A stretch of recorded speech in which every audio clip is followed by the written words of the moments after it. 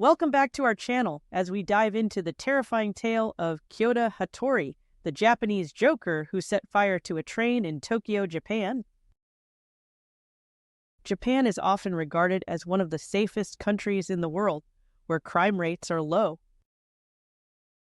and public transportation is a trusted part of daily life.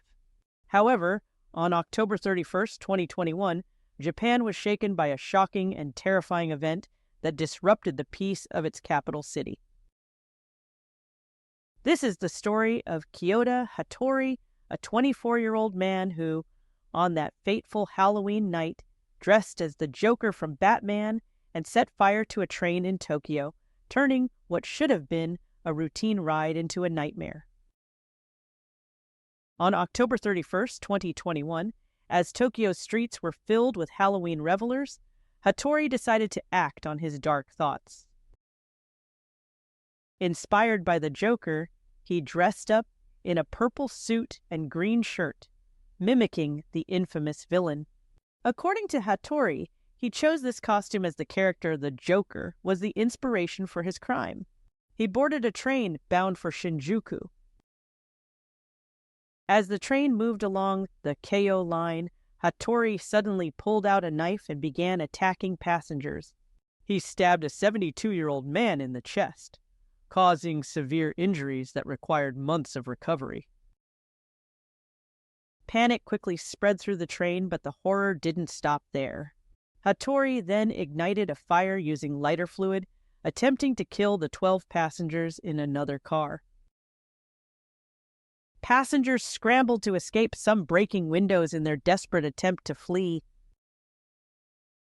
while Hattori remained calmly sitting on the train, smoking a cigarette, seemingly indifferent to the devastation he had caused. He was quickly apprehended by the police. The police surrounded him, ensuring that he had no chance to evade capture. He didn't appear to offer much resistance at that point. When questioned by authorities, Hattori revealed that he had been planning the attack for months. He intended to replicate a mass stabbing incident on the Odakyu line earlier that year and hoped to be sentenced to death, stating that he wanted to be like the Joker. According to Kyota, the event that triggered his crime was the marriage of his ex-girlfriend, with whom he had been in a relationship for 9 years. They had been close since middle school and were even preparing for marriage. However, in November 2020, on his birthday, she abruptly called off the engagement.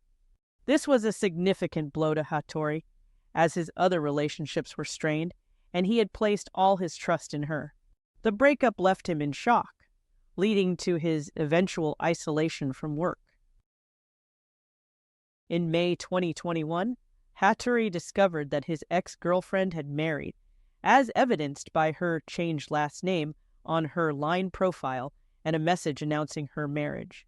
Although he thought he had accepted their breakup, the news of her marriage within just 6 months after their split shocked him deeply. This revelation made him question his worth and the purpose of his life, leading him to thoughts of self-harm. However, instead of attempting self-harm as he had in the past, Hattori began to contemplate harming others to receive the death penalty. Hattori maintained a diary where he documented his thoughts. Here he talked about the significant role the character of the Joker played in maintaining his motivation. Hattori rewatched the Joker movie, finding in the character an image he could emulate. According to Hattori, this further solidified his resolve to commit the crime. After learning about a similar crime committed by Yusuke Tsushima on a different train line, Kyota Hattori made his way to Tokyo from his home in Fukuoka. He had been working as a chat representative at a call center since 2018, but he quit his job in July 2021. At the end of July, he informed his family that he was leaving for Tokyo and ordered a survival knife. During his questioning at the Tachikawa branch of the Tokyo District Court, Hattori disclosed that his original plan was to indiscriminately stab and kill people in crowded Shibuya on Halloween. However, He altered his plans after hearing about Tsushima's attack while staying in Kobe. He was particularly influenced by the fact that Tsushima's crime took place on a train, where he also spread oil and started a fire. Miraculously, despite the intensity of the attack, there were no fatalities. However, 17 people were injured and the psychological scars ran deep. The incident sent shockwaves throughout Japan and around the world. How could something like this happen in a country known for its safety and order?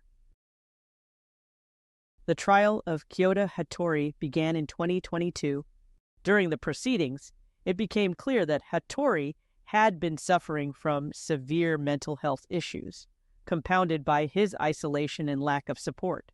Despite this, the court determined that he was fully responsible for his actions. On the 21st, a lay judge trial was held at the Tachikawa branch of the Tokyo District Court, presided over by Judge Takeshi Takeshita.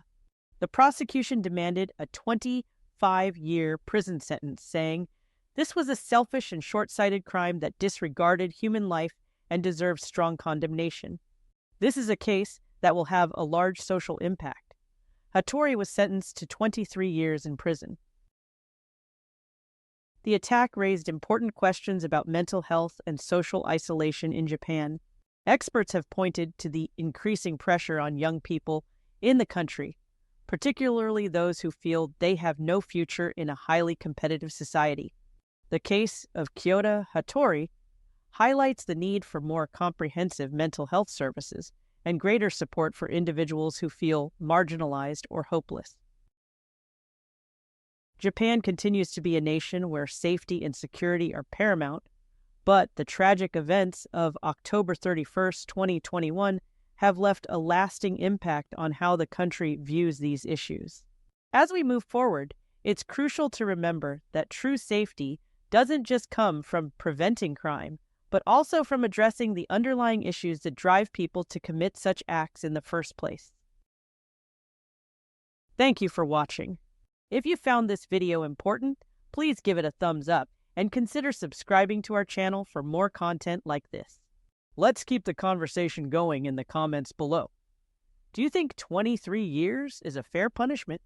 Until next time, stay safe and take care.